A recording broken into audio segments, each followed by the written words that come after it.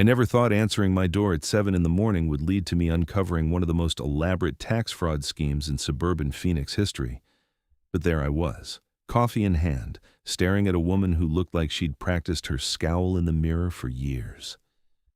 "Are you Aaron O'Connor?" she asked, her voice sharp enough to cut glass. "That's me," I said, taking a sip of coffee and wondering what could possibly be this urgent on a Tuesday morning. She thrust a manila envelope at me with the kind of force that suggested she'd been waiting to do this for weeks. "I'm Patricia Thornton, president of the Saguaro Hills Homeowners Association. You've been fined $1,500 for operating an unauthorized home business in violation of our community guidelines." I blinked at her, processing the information while my brain was still trying to wake up. "I'm sorry, what?" "Don't play dumb with me, Mr. O'Connor. We've documented extensive evidence of commercial activity at this residence. Multiple vehicles coming and going at all hours, packages being delivered daily, and we have witnesses who've seen you conducting business meetings in your home office." She pointed at my front window like she was identifying a crime scene. The irony wasn't lost on me. Here I was, Special Agent Aaron O'Connor with the Internal Revenue Service Criminal Investigation Division, being accused of running some kind of illegal home business while I was actually working undercover on a case involving the very HOA standing on my doorstep. I'd moved into Saguaro Hills 3 months ago, specifically because we'd received credible information that the HOA board was involved in embezzlement and tax evasion, funneling homeowner dues into offshore accounts and running fraudulent construction contracts. "Can I see the documentation?" I asked, keeping my voice neutral. Patricia's eyes lit up like she'd been hoping I'd challenge her. She pulled out a tablet and started scrolling through photos. There I was, receiving a package from FedEx. Another shot of me talking to my colleague Marcus in my driveway, both of us in casual clothes because we'd been discussing surveillance strategies. A third photo showed my car leaving at 6 in the morning, probably heading to the gym before a long day of gathering evidence on her and her cronies. "These are just normal activities," I said carefully. "I work from home as a financial consultant. I'm not running a storefront or anything that would disturb the neighborhood."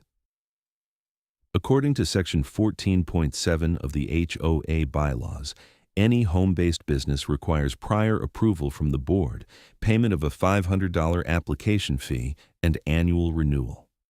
You've done none of these things. She pulled out a printed copy of the bylaws, certain sections highlighted in aggressive yellow marker. I scanned the document, and my investigative instincts immediately kicked in. The language was deliberately vague, designed to trap homeowners into violations.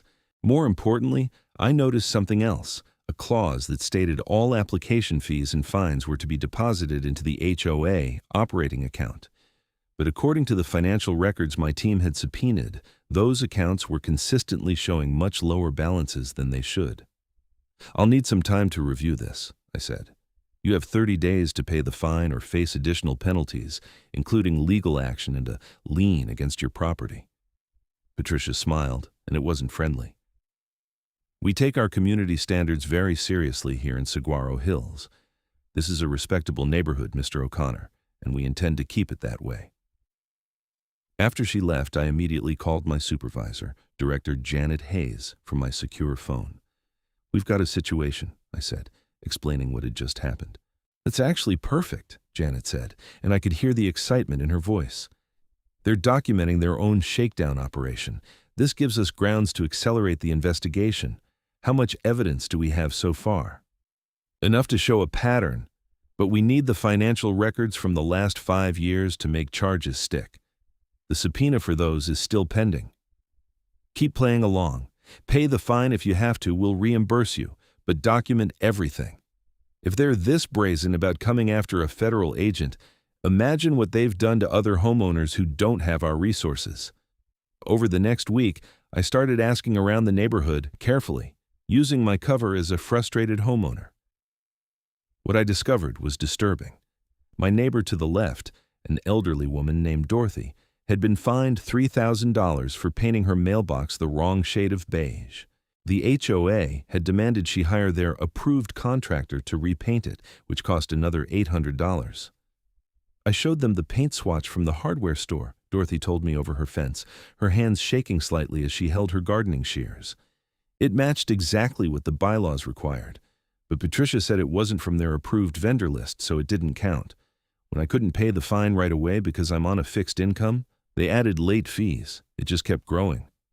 Did you ever think about fighting it? I asked. Dorothy's face fell. I talked to a lawyer, but he said it would cost more to fight than to just pay. And Patricia warned me that if I made trouble, they'd inspect my property top to bottom and find more violations. I've lived here for 22 years. This is my home. I can't risk losing it. That evening, I documented Dorothy's story in my case file. It was a classic example of HOA abuse, using technical violations and the threat of endless fines to extort money from homeowners. But what made this case federal was where that money was going. My phone buzzed with a message from Marcus. Got something. Meet me at the usual place. The usual place was a coffee shop in Scottsdale, far enough from Saguaro Hills that we wouldn't run into any HOA board members.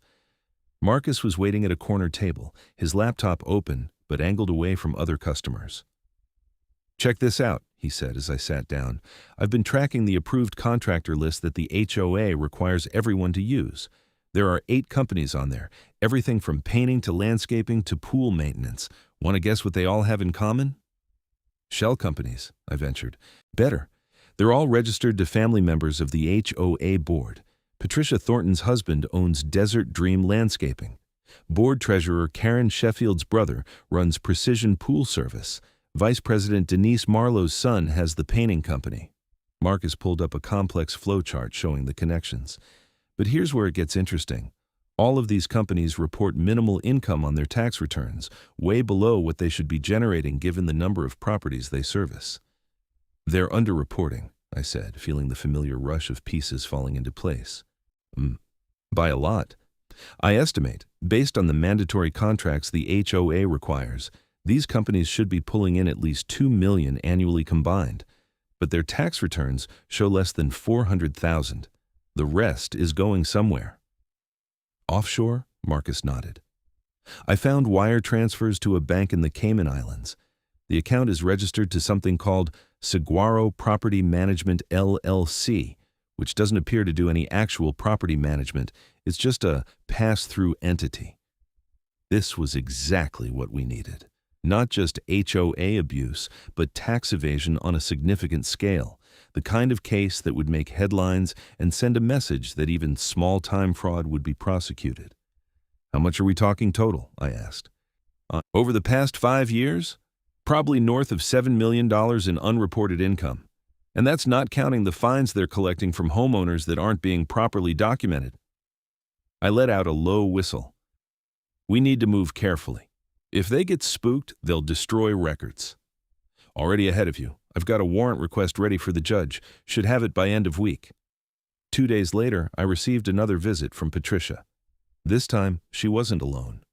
She'd brought Karen Sheffield, the treasurer, and a man who introduced himself as Richard Vance, the HOA's attorney.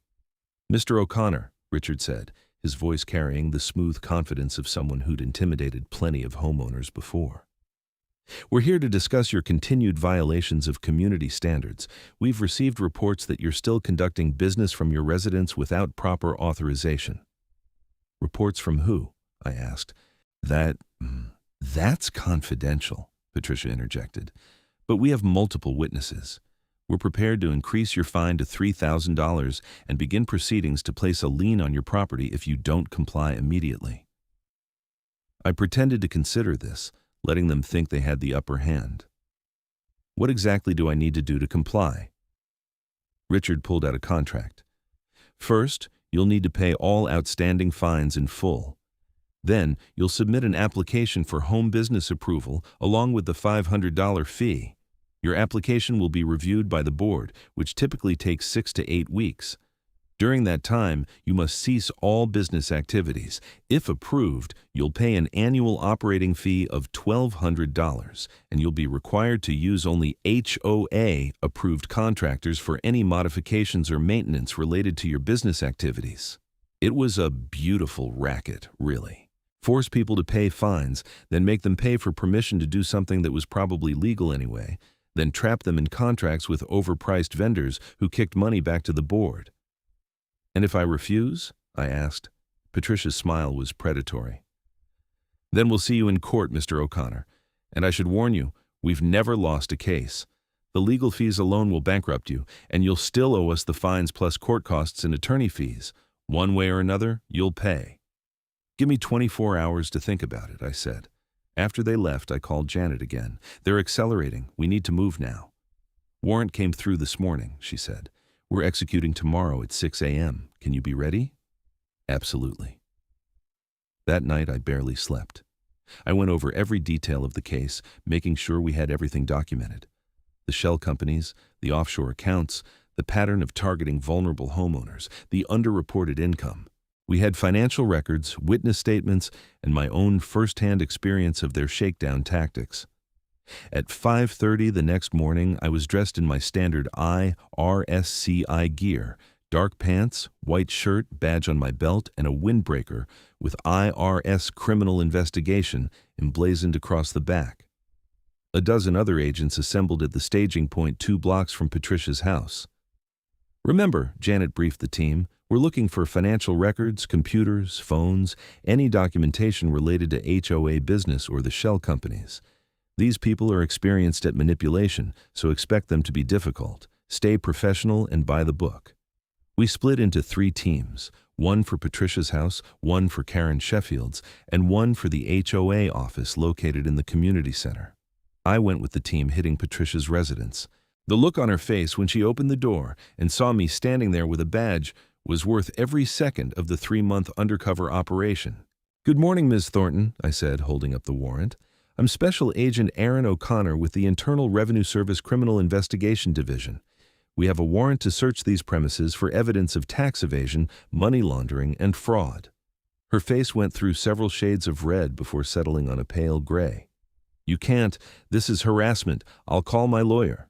You're welcome to do that, I said calmly, as agents moved past her into the house, but the warrant is valid and we're going to execute it regardless. Patricia's husband appeared in the hallway looking confused. What's going on? Mr. Thornton, I'm Agent Rodriguez. We're here to search your home and seize any evidence related to tax fraud and money laundering. Please step aside and let us do our job. Over the next 4 hours, we systematically went through the house. We found boxes of HOA records in the garage, including duplicate ledgers showing the real amounts collected versus what was reported to the homeowners. Patricia's home office contained a laptop with detailed spreadsheets tracking the flow of money through the various shell companies. The real treasure trove was in a safe hidden in the master bedroom closet. Inside were wire transfer receipts, banking documents from the Cayman Islands, and handwritten notes detailing how much each board member was receiving from the scheme. Patricia had been taking 40%, with the rest split among Karen, Denise, and 2 other board members. Well, this makes it easy, Marcus said, photographing each document. They kept records of everything. At the HOA office, the team found even more damning evidence. The official books showed dues and fines totaling about $200,000 annually, but the shadow books revealed the real number was closer to $800,000. The difference was being siphoned off through fake invoices from the shell companies and then laundered through the offshore account. By noon, we had executed all 3 warrants and had Patricia, Karen, and Denise in custody. Richard Vance, the attorney, was cooperating, claiming he didn't know about the offshore accounts and thought the shell companies were legitimate. I sat across from Patricia in the interrogation room at our Phoenix field office. She'd refused to talk without her lawyer present, but her lawyer hadn't arrived yet, and she was clearly nervous. You really are a financial consultant in a way, she finally said, her voice bitter. Just not the kind I thought. I'm a criminal investigator, Ms. Thornton. It's my job to find people who cheat on their taxes and commit fraud. We weren't cheating anyone. Those homeowners agreed to the bylaws when they bought their homes. Everything we did was legal. Except for the part where you didn't report the income, and the part where you laundered money through offshore accounts, and the part where you extorted vulnerable homeowners with threats of legal action. I leaned forward. Dorothy Jenkins? The elderly woman you fined $3,000 for painting her mailbox? She's on a fixed income of $1,800 a month. You threatened to take her home over $800 in contractor fees. That's just business, Patricia said, but her voice wavered. No, that's elder abuse, and it's a crime. And when you combine it with tax evasion on $7 million over 5 years, you're looking at serious federal prison time. Her lawyer arrived then, a slick-looking man named Bernard who immediately advised Patricia to stop talking. But the damage was done. We had enough evidence to bury her and the entire HOA board. The case moved quickly through the system. The U.S. Attorney's Office for the District of Arizona charged Patricia, Karen, and Denise with conspiracy to commit tax evasion, wire fraud, and money laundering. Patricia faced additional charges of elder abuse for her treatment of Dorothy and several other elderly homeowners. The community of Saguaro Hills was in shock. I stayed in my house there, no longer undercover, and watched as the news spread. Some homeowners were angry that they'd been deceived. Others were relieved that the reign of terror was finally over. Dorothy knocked on my door 3 days after the arrests. "I saw the news," she said, tears in her eyes. "You were investigating them the whole time?" "Yes, madam. I'm sorry I couldn't tell you sooner." "Don't apologize. You saved this neighborhood." Patricia was destroying lives, one fine at a time. She reached out and squeezed my hand. "Thank you."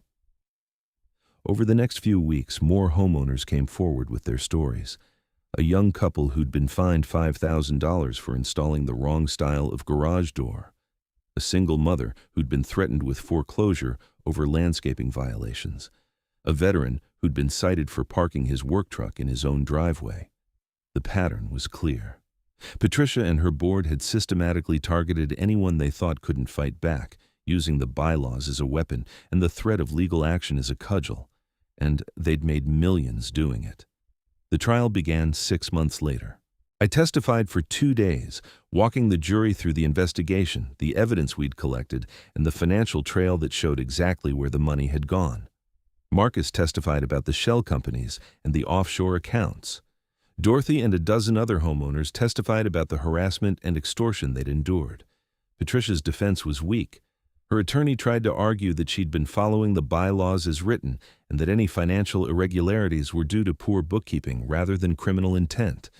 But the evidence was overwhelming. The jury deliberated for less than 4 hours, guilty on all counts. Karen and Denise also went to trial and were convicted. The sentencing hearing was held on a hot August morning in Phoenix. The courtroom was packed with homeowners from Saguaro Hills, many of them wearing matching T-shirts that said, "Justice for Saguaro Hills." Judge Margaret Reeves was known as a no-nonsense jurist who took white-collar crime seriously. She'd reviewed the pre-sentencing reports and heard statements from victims. Now she was ready to impose sentence. "Ms. Thornton," the judge began, looking directly at Patricia, "you held a position of trust in your community. Homeowners elected you to manage their association, to maintain property values, and to create a pleasant living environment. Instead, you used that position to enrich yourself and your associates through a calculated scheme of extortion and fraud." Patricia stood silent, her attorney beside her. "You targeted the most vulnerable members of your community," Judge Reeves continued. "Elderly residents on fixed incomes, young families struggling to make ends meet, people who trusted you to be fair and honest. You betrayed that trust in the most egregious way possible." The judge sentenced Patricia to 8 years in federal prison, followed by 3 years of supervised release, and ordered her to pay full restitution to all affected homeowners, plus penalties and interest on the evaded taxes. Karen received 6 years and Denise got 5. The Saguaro Hills HOA was dissolved by court order and a new community association was formed with strict oversight and financial transparency requirements. The shell companies were shut down and the offshore accounts were seized. The money was used to pay restitution to the homeowners who'd been victimized. I stayed in my house in Saguaro Hills for another year, working on other cases but keeping an eye on the community. The transformation was remarkable. Without the threat of arbitrary fines and harassment, people felt free to actually enjoy their homes. Block parties became common. Neighbors talked to each other without fear. The community garden that Patricia had shut down because it violated some obscure bylaw was reopened. Dorothy became something of a local hero, speaking at community meetings about the importance of standing up to bullies and holding leaders accountable. She was elected to the new HOA board and worked tirelessly to create fair, transparent policies. One evening, about a year after the trial, I was sitting on my patio watching the sunset over the Sonoran Desert when my phone rang. It was Janet. "Got a new case for you," she said. "Homeowners Association in Tucson. Reports of similar behavior to the Saguaro Hills case. Interested?" I thought about Patricia in federal prison, about Dorothy's smile when the new HOA board approved her garden, about all the families who could now live in their homes without fear. "Send me the details," I said. The Tucson case turned out to be smaller in scope, but similar in nature. An HOA president named Brenda Winters had been inflating maintenance costs and pocketing the difference. She had also been demanding kickbacks from contractors in exchange for being added to the approved vendor list. The scheme had been running for 3 years and involved about $600,000. I went undercover again, this time posing as a retired accountant. It took 2 months to gather enough evidence for a warrant. Brenda was arrested, charged, and eventually sentenced to 3 years in federal prison. Word spread in law enforcement circles about my success with HOA cases.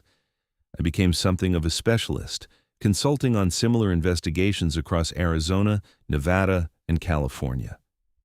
The cases all followed a similar pattern: someone in a position of trust abusing that trust for personal gain, targeting people who felt powerless to fight back. But the Saguaro Hills case remained my most significant, not just because of the amount of money involved, but because of the impact it had on the community. I'd seen firsthand how a corrupt HOA could destroy lives, and I'd been part of bringing justice to people who desperately needed it. 3 years after Patricia's sentencing, I was promoted to supervisory special agent and put in charge of a team focused on community fraud cases. My first order of business was creating a task force specifically designed to investigate HOA corruption. We partnered with state attorneys general, local law enforcement, and consumer protection agencies. The task force was remarkably successful. In the first year alone, we investigated 42 cases across 7 states, resulting in 31 indictments and 24 convictions. We recovered over $18 million in restitution for homeowners. I made sure that every agent on my team understood that these weren't just financial crimes. They were cases about power and abuse, about vulnerable people being victimized by those they'd trusted to protect their interests. We approached each investigation with that mindset, always remembering that behind every ledger entry and every fraudulent invoice was a real person who'd been hurt. Dorothy stayed in touch over the years. She'd send me cards at Christmas, updates about the neighborhood, photos of her garden. In one letter, she wrote, "You gave us back our community. You gave us back our peace of mind. I know you were just doing your job, but it meant everything to us." 5 years after the original case, I returned to Saguaro Hills for a Community Appreciation Day. The new HOA had organized it as a celebration of transparency and good governance. I was surprised and a bit embarrassed when they presented me with a plaque thanking me for my service. "You showed us that corruption doesn't stand a chance when good people are willing to fight," the new HOA president said during the ceremony. "This community is stronger, better, and more united because of what you did." I gave a short speech, encouraging homeowners to stay vigilant, to ask questions, to demand transparency from their elected leaders. "Don't be afraid to speak up if something doesn't seem right," I said. "And remember that there are people like me out there whose job it is to investigate fraud and corruption. If you see something, report it." After the ceremony, I walked through the neighborhood with Dorothy. She was 84 now, moving a bit slower but still sharp as ever. "How's your work truck situation?" I asked, remembering the fines Patricia had tried to levy against several homeowners for minor parking violations. Dorothy laughed. "No work truck for me, but my grandson visits every weekend with his contracting van, and nobody says a word. The new rules are reasonable. We can actually live here now without constantly looking over our shoulders." We stopped at her garden, which had expanded significantly since the old HOA was dissolved. Tomatoes, peppers, herbs, and flowers grew in neat rows. Several neighbors were working in adjacent plots. "This is what community should look like," Dorothy said. "People helping each other, not tearing each other down. You made this possible, Aaron." I shook my head. "You all made this possible by having the courage to come forward and testify. I just provided the legal framework." Don't sell yourself short. What you did took real courage, too. You lived here for months, pretending to be someone else, gathering evidence, all while they were harassing you. That fine they tried to hit you with, that was real money. Which I got reimbursed for, I reminded her, and which ultimately became evidence in the case. Still, you could have worked an easier case, gone after some big corporation or something. But you chose to help regular people in a neighborhood dispute. It wasn't just a neighborhood dispute, Dorothy. It was organized crime masquerading as civic leadership. Patricia and her crew stole millions of dollars and terrorized dozens of families. That's serious federal crime, and it deserved serious consequences. We walked back to my old house, which I'd sold a year earlier to a young family. The new owners had painted it a cheerful yellow that probably would have given Patricia an aneurysm, and their kids were playing basketball in the driveway. They look happy, Dorothy observed. That's the point of a home, I said. It should be a place where you feel safe and happy, not somewhere you're constantly worried about the next fine or violation notice. Dorothy nodded thoughtfully. You know, before all this happened, I was actually considering selling and moving to a retirement community. I was so stressed about the fines and the harassment that I didn't even enjoy living here anymore. But now, I'm never leaving. This is my home, and thanks to you, it actually feels like one again. We said our goodbyes, and I drove back to Phoenix thinking about the case and its aftermath. The work we'd done in Saguaro Hills had ripple effects across the country. The case had been featured in national news, and it had prompted several states to pass legislation strengthening oversight of homeowners associations and creating clearer paths for homeowners to challenge unfair fines and violations. The case also changed how I approached my work. Before Saguaro Hills, I'd focused primarily on large-scale tax evasion and money laundering cases involving corporations and wealthy individuals. Those cases were important, and I continued to work them, but I realized that sometimes the most meaningful impact came from helping ordinary people who were being victimized by those in positions of trust. My team's HOA task force expanded over the next few years. We trained local law enforcement on how to recognize signs of HOA corruption. We created educational materials for homeowners about their rights and how to spot financial irregularities. We worked with state legislatures to strengthen laws governing HOAs and increase penalties for fraud. But we also continued investigating and prosecuting cases. Each one was different in its details, but similar in its basic structure. People in power abusing that power for personal gain, targeting those they saw as weak or unable to fight back. There was the case in Henderson, Nevada, where an HOA management company was billing for services never rendered, pocketing over $1 million in 5 years. The case in San Diego, where board members were approving expensive renovation projects for their own homes and billing them to the HOA's general fund. The case in Albuquerque, where an HOA president was stealing money from the reserve fund and using it to gamble at local casinos. Each case required patience, attention to detail, and the willingness to dig through mountains of financial records to find the truth. But each successful prosecution meant that dozens or sometimes hundreds of homeowners got justice and restitution. 10 years after Patricia Thornton's arrest, I was invited back to Saguaro Hills for the 10th anniversary celebration. The community had thrived in the decade since the corrupt board had been removed. Property values had increased. The neighborhood had won awards for community engagement and environmental sustainability. Most importantly, the residents were happy. During the celebration, I met with several people whose lives had been affected by the case. There was Michael and Jennifer Torres, the young couple who'd been fined $5,000 for their garage door. They'd gone on to have 3 children and were now active members of the community board. "We almost left," Jennifer told me. "The stress of dealing with Patricia and her constant threats was affecting our marriage, our health, everything. When you arrested her, it was like a weight lifted off our shoulders." I also met Raymond Clark, the veteran who'd been cited for parking his work truck in his driveway. "I served 2 tours in Afghanistan," he said, shaking my hand firmly, "and I came home to fight a war with my HOA. What you did meant more to me than you'll ever know. You showed that the system can work, that justice isn't just for the rich and powerful." These conversations reminded me why I'd chosen this career. It wasn't about the big headlines or the high-profile cases, although those had their place. It was about using the law to protect people who needed protection, to hold accountable those who abused their power, and to make communities better, safer places to live. Patricia was released from federal prison after serving 6 years of her 8-year sentence. I heard through the grapevine that she'd moved to a small town in New Mexico and was working as a bookkeeper for a local church. She'd lost her house, her savings, and her reputation. The restitution payments would follow her for the rest of her life. Part of me felt a twinge of sympathy. She'd thrown away everything for money, and in the end, she'd lost far more than she'd gained. But then I'd remember Dorothy's shaking hands as she told me about being unable to afford Patricia's fines, or Jennifer Torres's tears as she described the stress of constant harassment, and the sympathy would fade. Actions have consequences, and Patricia's actions had hurt a lot of people. She deserved everything she got. Karen and Denise served their sentences and largely disappeared from public view.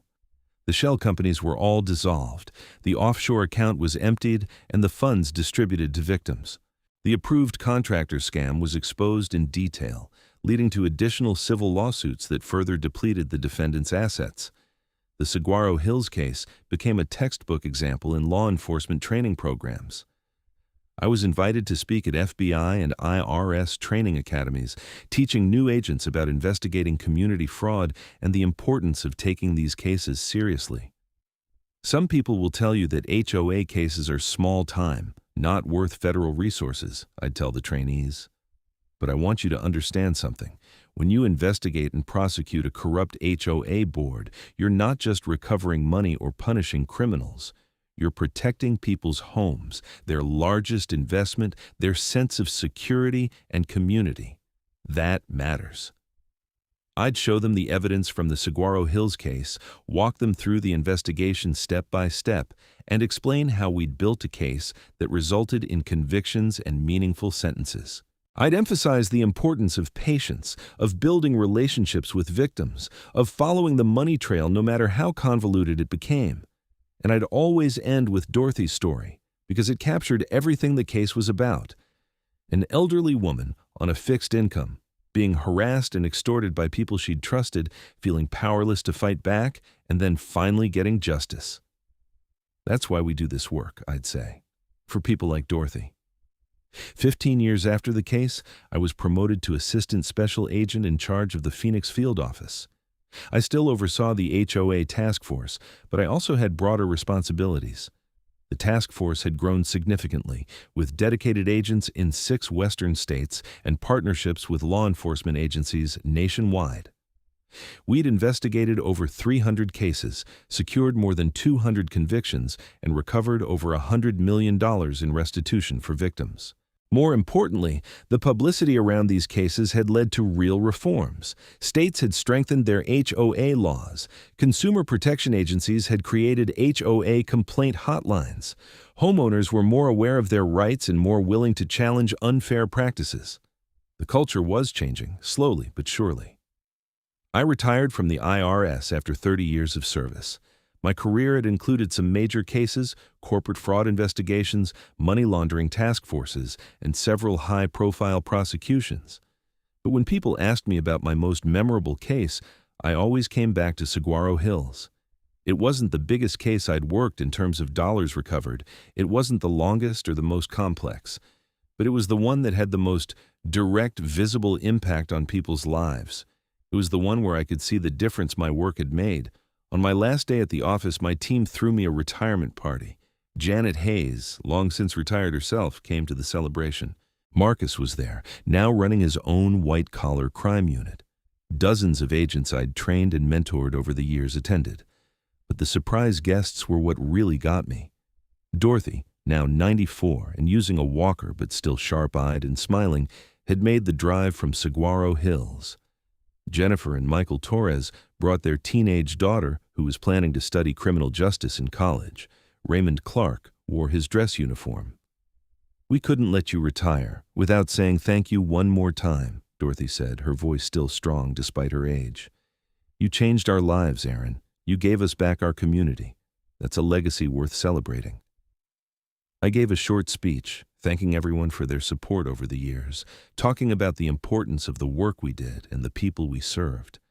I mentioned specific cases, specific victories, specific moments that had reminded me why I'd chosen this career.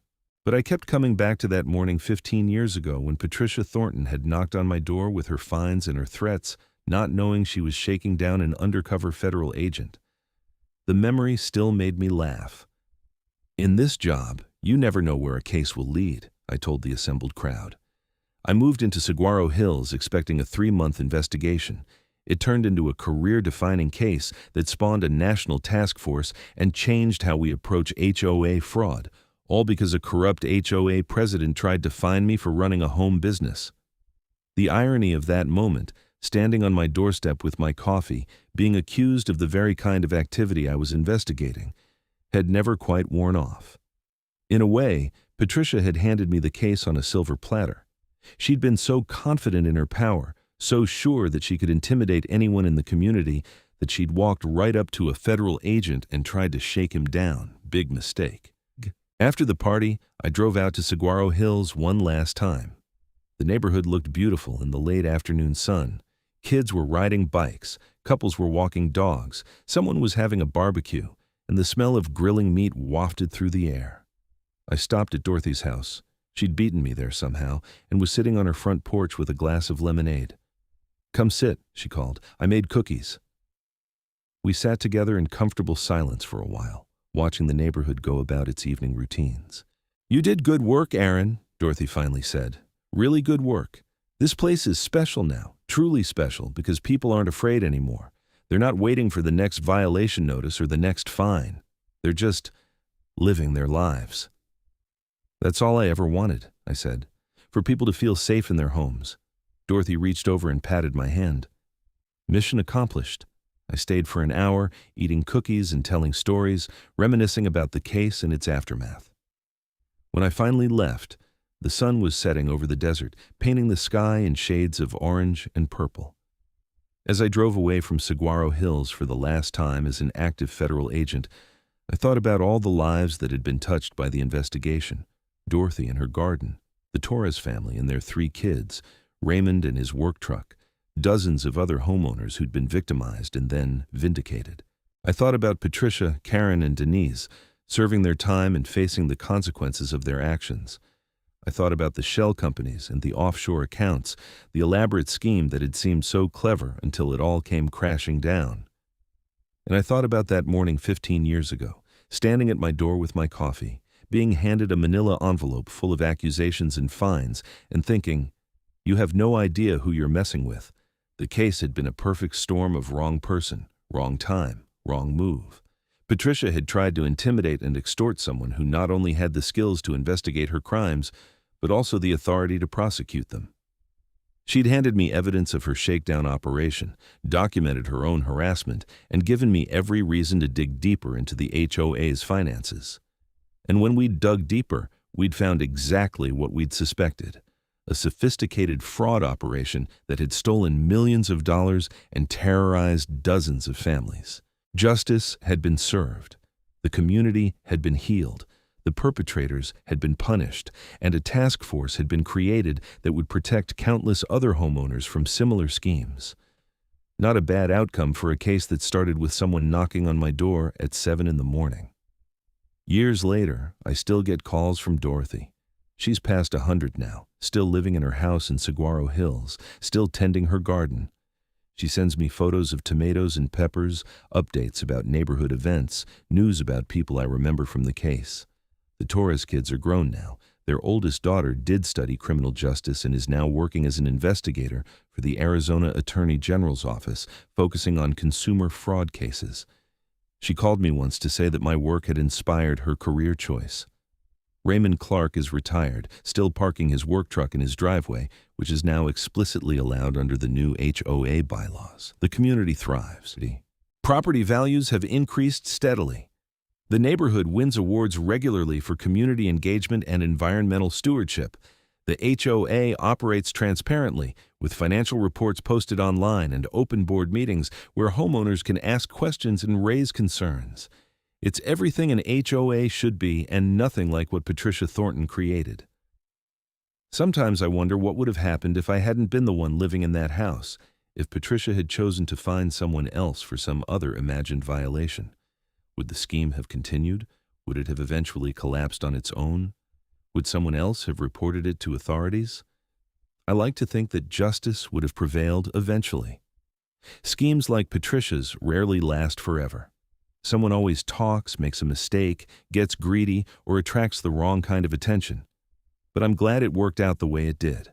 I'm glad I was there to investigate, to build the case, to see it through to conviction and sentencing. And I'm especially glad for the aftermath, for the task force, and the reforms and the hundreds of other cases we investigated because of what we learned in Saguaro Hills. One case, one corrupt HOA president who made the mistake of trying to find an undercover federal agent, led to meaningful change that protected thousands of homeowners across multiple states. That's the power of good investigation work, of patient evidence gathering, of building a case that can withstand scrutiny in court. It's why I spent 30 years doing this job, why I trained dozens of agents to do it right, why I always emphasize the importance of taking these cases seriously.